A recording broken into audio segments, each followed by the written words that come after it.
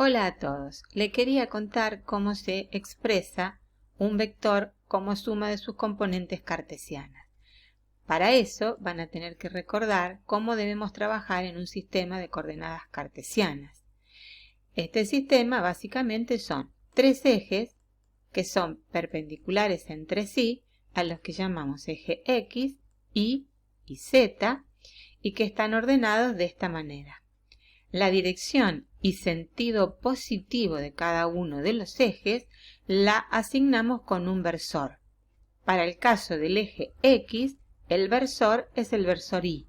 Para el caso del eje Y, el versor es el versor J. Para el caso del eje Z, el versor es el versor K. Ahora bien, cuando trabajamos en el plano, los ejes son dos ejes perpendiculares entre sí, uno horizontal, el eje X, y uno vertical, el eje Y. Asignamos el versor Y al eje X y el versor J al eje Y. Ahora bien, supongamos que nosotros tenemos un vector cualquiera A, que queremos encontrar sus componentes cartesianas. Este vector A, en nuestro caso, forma un ángulo alfa con la dirección horizontal. A esa dirección le vamos a asignar el eje X. Entonces, ubicamos este vector en nuestro sistema de ejes cartesianos, X, Y. Para encontrar las coordenadas cartesianas del vector A, vamos a trazar una perpendicular hacia los ejes. Donde esa perpendicular corta el eje de la Y, tenemos la componente A sub I del vector. Y si hacemos lo mismo trazando una perpendicular hacia el eje de las X, donde corta el eje de las X esa perpendicular, tenemos la componente A sub X.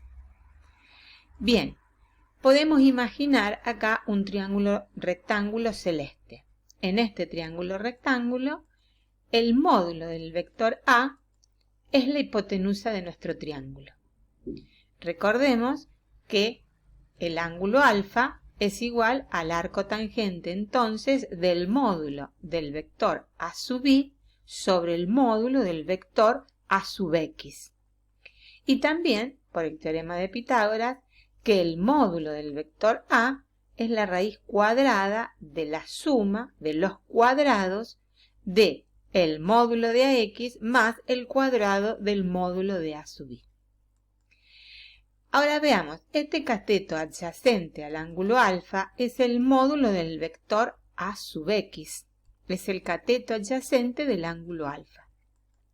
Por lo tanto, nosotros podemos decir, teniendo en cuenta la función trigonométrica coseno de alfa como cateto adyacente sobre hipotenusa, que este coseno del ángulo es igual al cociente entre el módulo del vector AX sobre el módulo del vector A. De la misma manera, este cateto, que es el cateto opuesto al vector A, resulta ser el módulo del vector A sub I, que es el cateto opuesto en este caso del ángulo alfa. Teniendo en cuenta la función trigonométrica seno de alfa como cateto opuesto sobre hipotenusa, en nuestro caso el seno de alfa es el módulo del vector A sub I sobre el módulo de A. Entonces, fíjense que nosotros podemos expresar cualquier vector A como suma de sus componentes cartesianas AX y AI.